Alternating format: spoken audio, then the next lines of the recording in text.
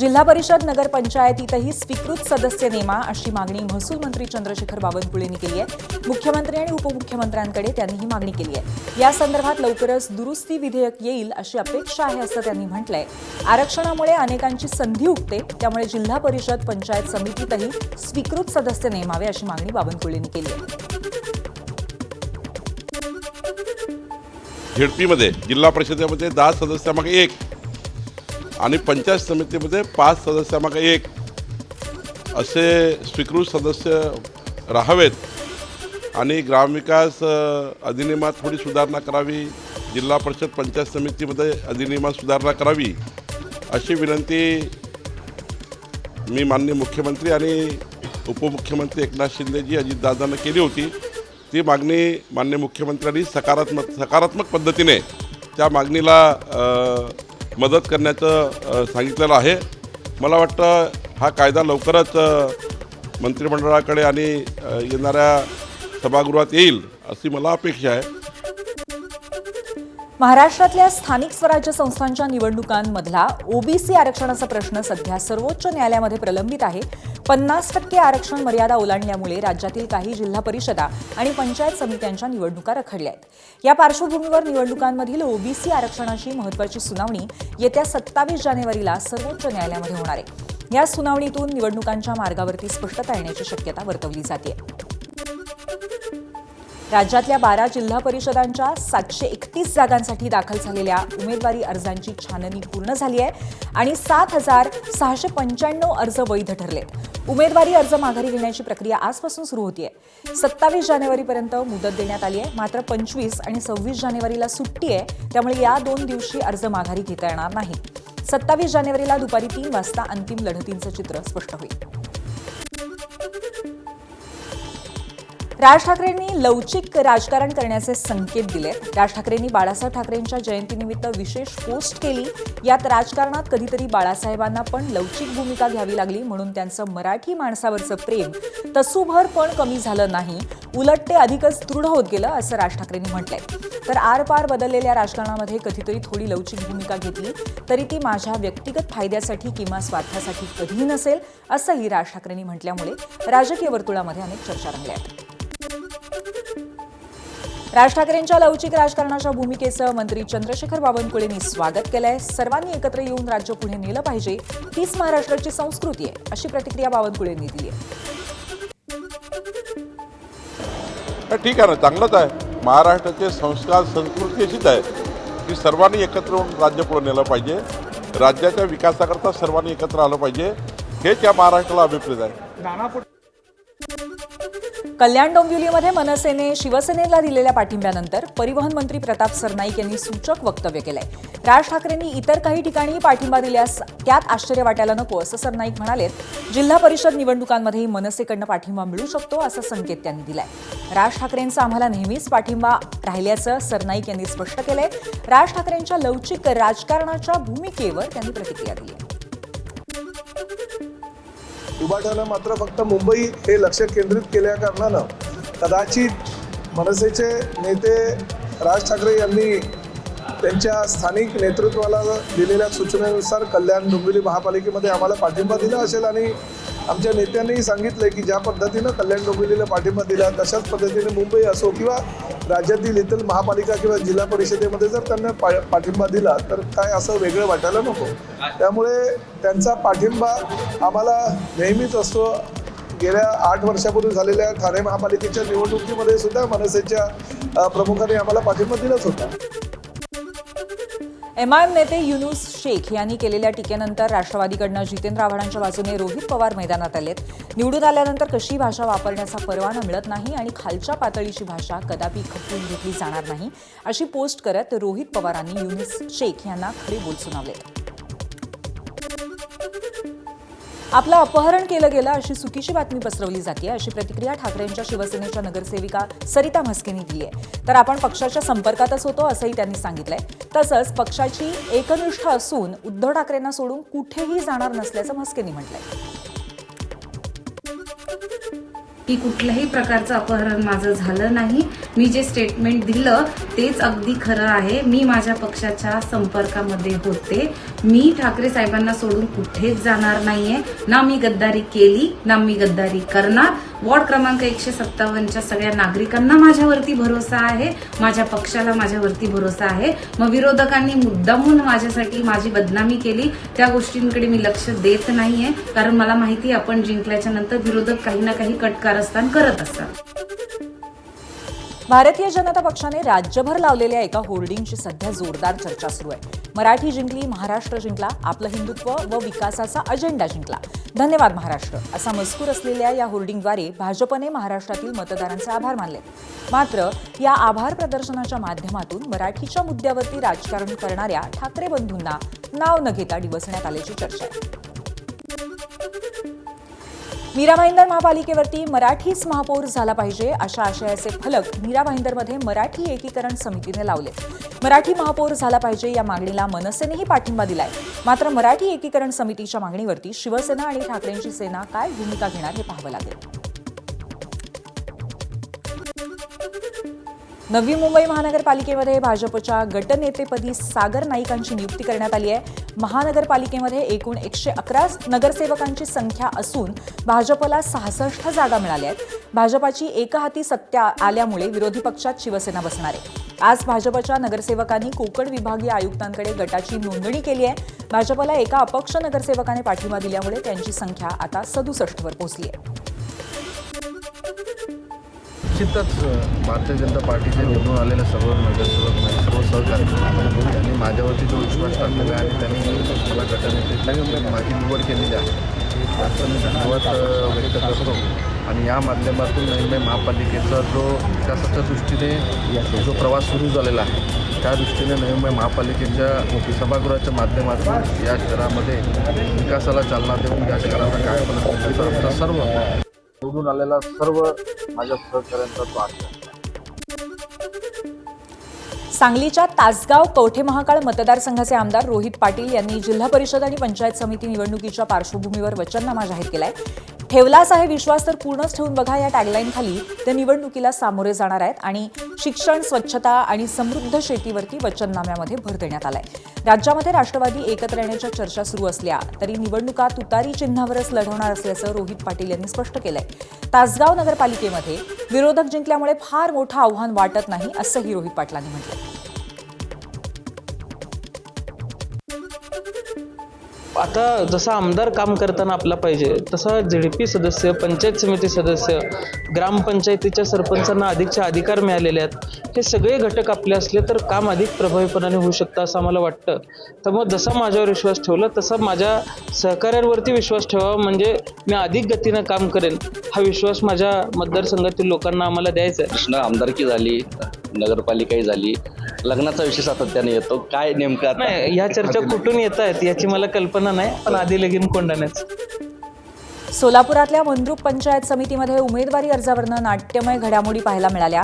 भाजपकडून मळसिद्ध मुळगे आणि रेवणसिद्ध मेंढकुदले या दोघांनाही एबी फॉर्म देण्यात आला होता. मळसिद्ध मुगळेंच्या अर्जावरती रेवणसिद्ध मेंढकुदलेंनी हरकत घेतली. मेंढकुदलेंचा अर्ज स्वीकारावा असं पत्र भाजप जिल्हाध्यक्षांनी दिलं होतं. मात्र ते पत्र अपेक्षित वेळेआधी न देता 4:45 वाजता देण्यात आलं. उशीर झाल्यामुळे निवडणूक आयोगानं मळसिद्ध मुगळेंचा अर्ज ग्राह्य धरला तर हरकत घेतलेल्या रेवणसिद्ध मेंढकुदलेंचा अर्ज नाकारण्यात आला. एक एबी फॉर्म हा मळसिद्ध मुगळे यांना देण्यात आलेला होता आणि दुसरा एबी फॉर्म हा रेवणसिद्ध मेंढकुदले यांना देण्यात आलेला होता. जिल्हाध्यक्ष भारतीय जनता पार्टी यांचं पत्र हे मुदतीनंतर वेळेनंतर आलेलं आहे, त्यामुळे ते ग्राह्य धरता येणार नाही आणि त्यामुळे एबी फॉर्म आमचाच ग्राह्य धरण्यात यावा असा युक्तिवाद आम्ही मळसिद्ध मुगळे यांच्यातर्फे केला आणि तो युक्तिवाद ग्राह्य धरून निवडणूक निर्णय अधिकारी अंजली मरोड यांनी मळसिद्ध मुगळे यांचाच उमेदवारी अर्ज हा भारतीय जनता पार्टीचा उमेदवारी अर्ज आहे असं घोषित केलेलं आहे. सिंधुदुर्ग जिल्हा परिषद आणि पंचायत समिती निवडणुकीसाठी काल उमेदवारांच्या अर्जाची छाननी झाली. यात वैभववाडीमध्ये नाधवडे पंचायत समिती आणि बिडवाडी पंचायत समितीत भाजपचे उमेदवार बिनविरोध निवडून आलेत. त्यानंतर नितेश राणेंनी आनंद व्यक्त केला. कालपासूनच आमची विजयी घोडदौड सुरू झाली असून 7 फेब्रुवारीला सुद्धा कायम राहील असा विश्वास राणेंनी व्यक्त केलाय. तर नारायण राणेंच्या नेतृत्वात भाजपचा मोठा विजय होईल असंही राणा म्हणाले. आमचे 2 उमेदवार बिडवाडी पंचायत समिती आणि नाधवडे पंचायत समिती ह्या भारतीय जनता पक्षाच्या वतीने आम्ही लढवत होतो आणि दोन्ही उमेदवार बिनविरोध झालेले आहेत. जे काय विजयची घोडदौड कालपासून आमची बिनविरोधच्या नावाने सुरू झालेली आहे, ती येणाऱ्या 7 तारखेला परत एकदा महायुती, भारतीय जनता पक्ष, शिवसेना आणि राष्ट्रवादीचाच झेंडा आमच्या सिंधुदुर्ग जिल्हा परिषदेवर सन्मान्य राणे साहेबांच्या नेतृत्वात आणि आमच्या मुख्यमंत्री साहेबांच्या नेतृत्वात निश्चित पद्धतीने फडकेल, हा विश्वास मी या निमित्ताने व्यक्त करतो. तळकोकणामध्ये सध्या एका बॅनरची जोरदार चर्चा सुरू आहे. सिंधुदुर्गातील कणकवली शहरामध्ये मुंबई गोवा राष्ट्रीय महामार्गावरती समान मत समान किंमत असा मजकूर असलेला बॅनर लावण्यात आला होता. शहरातील मतदारांना 15,000 रुपये देणाऱ्यांनी ग्रामीण भागातील मतदारांवरती अन्याय करू नये असा उल्लेख या बॅनरमध्ये होता. मात्र हा बॅनर काही वेळातच हटवण्यात आला असून त्यावरून राजकीय चर्चांना उधाण आलं. रत्नागिरी जिल्ह्यामध्ये पंचायत समिती निवडणुकीदरम्यान दुर्दैवी घटना घडली आहे. संगमेश्वर तालुक्यातील धामणी गणातून आपचे उमेदवार सुजित सुर्वे यांचं हृदयविकाराच्या झटक्याने निधन झालंय. संगमेश्वर तहसील कार्यालयाबाहेरच त्यांना अचानक हृदयविकाराचा झटका आला. त्यांच्या सूचकाकडून उमेदवारी अर्ज मागे घेण्यात आला असून त्यामुळे धामणी गावामध्ये निवडणूक होणार की नाही याबाबतचा निर्णय आज निवडणूक निर्णय अधिकारी घेतील. धाराशिव जिल्हा परिषद निवडणुकीमध्ये माजी आरोग्यमंत्री आणि शिवसेनेचे आमदार तानाजी सावंत यांच्या विरोधात पुतणे धनंजय सावंतांनी आपले स्वतंत्र उमेदवार अर्ज उभे केलेले आहेत. तानाजी सावंतांच्या मतदारसंघामध्ये धनंजय सावंतांनी जिल्हा परिषद आणि पंचायत समितीला स्वतःसह कार्यकर्त्यांना अपक्ष उमेदवारी अर्ज दाखल करायला लावले. मात्र काका विरोधामध्ये आपलं बंड नाही, ही निवडणूक काका पुतण्याची नाही, आमच्या कार्यकर्त्यांवरती अन्याय होत असल्यामुळे अपक्ष उमेदवारी अर्ज भरल्याचं त्यांनी सांगितलंय. निश्चित कुठंतरी आम्हाला वाटलं की आमच्या सर्व पदाधिकाऱ्यावरती ज्या पदाधिकाऱ्यांनी या स्थानिक स्वराज्य संस्थेमध्ये अपक्ष फॉर्म भरले त्याच्यावरती कुठंतरी आमच्यावरती अन्याय होतोय असं वाटलं, म्हणून आम्ही फॉर्म भरलेले आहे. हे ठरून बिरून असं काही नाही आहे.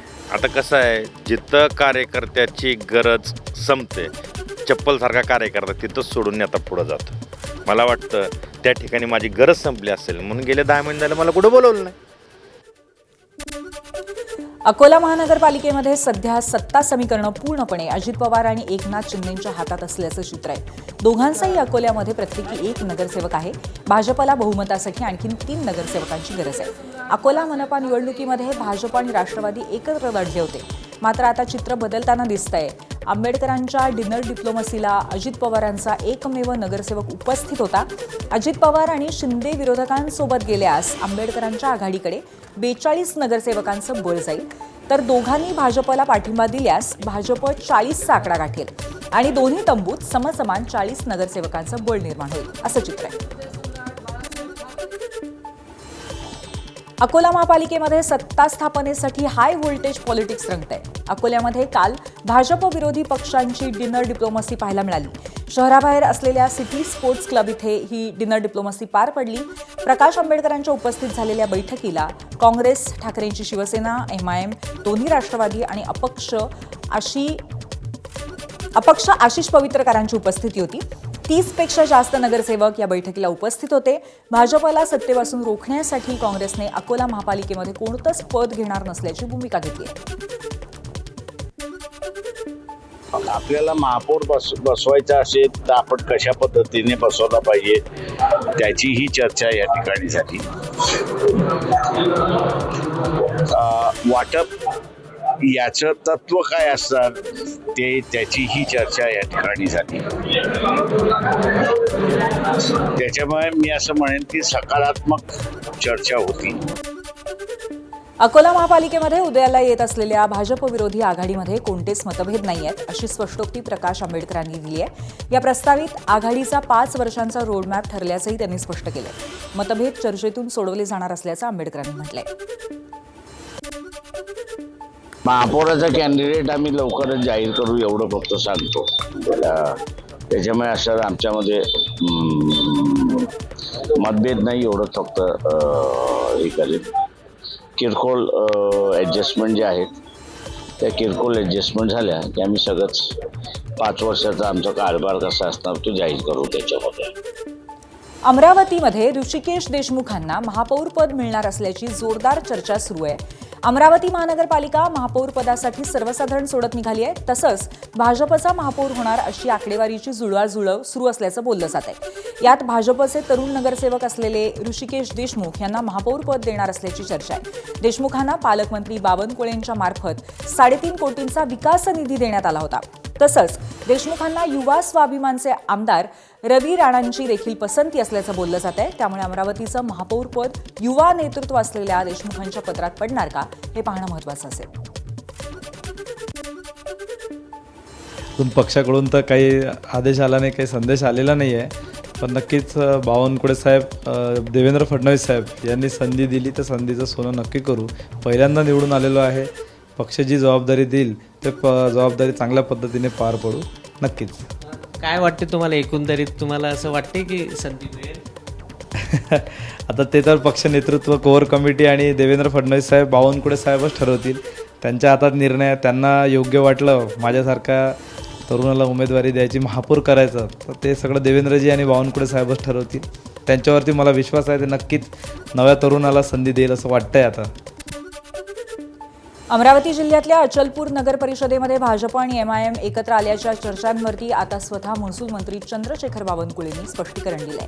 अचलपूरमध्ये भाजपच्या गटात काँग्रेस MIM नाही, भाजपचा MIMशी काहीही संबंध नाही असं स्पष्टीकरण मंत्री बावनकुळेंनी दिलंय. भाजपच्या गटात कुणी MIM नाही आहे. भाजपच्या गटात कुठलीही काँग्रेस नाही आहे. काँग्रेसने आपला एक गट केला, तिथे स्थानिक विकास आघाडीने वेगळा गट केला. त्यांनी बसून तिथले, आम्ही तर अल्पमतामध्ये आहे, आम्ही 90 आहोत आणि एकूण 36-37 नगरसेवक आहेत. त्यांनी गट तयार करून त्यांनी सभापतीपद वाटून घेतले. भाजपाचा काही संबंध नाही. भाजपा MIMला कधीच सोबत घेणार नाही. भाजपाचं MIMशी काही तिथे संबंध नाही आहे. आम्ही करणार नाही. आणि कालही आम्ही स्पष्ट केलं आहे की तिथल्या अध्यक्षांनी की MIMचा पाठिंबा आम्हाला नाही आहे. आमचा कुठलाही पाठिंबा MIMला नाही आहे. जळगावच्या पारधीमध्ये शिवसेनेचे मंत्री गुलाबराव पाटलांचा मुलगा प्रतापराव पाटलांचे भावी जिल्हा परिषद अध्यक्ष म्हणून बॅनर लावण्यात आले. या बॅनरवरती युवा पर्व प्रतापराव पाटील भावी जिल्हा परिषद अध्यक्ष असा आशय लिहिण्यात आलाय. तर कार्यकर्त्यांनी प्रेमापोटी हा बॅनर लावला. प्रेमापोटी आपण मुख्यमंत्री असल्याचे बॅनर लावतील अशी प्रतिक्रिया मंत्री गुलाबराव पाटलांनी दिली आहे. धुळे महानगरपालिकेच्या निवडणुकीमध्ये भाजपला एकहाती सत्ता मिळाल्यानंतर महाविकास आघाडीने EVM घोटाळ्याचा आरोप केलाय. मतदानापूर्वी EVMमध्ये 25 ते 30% मतं टाकली जातात आणि त्यामुळे भाजप निवडणूक जिंकत असल्याचा आरोप महाविकास आघाडीनं केलाय. त्या निषेधार्थ आज महाविकास आघाडीच्या वतीने धुळे जिल्हाधिकारी कार्यालयासमोर आंदोलन करण्यात आलं. ABP माझा, उघडा डोळे बघा नीट.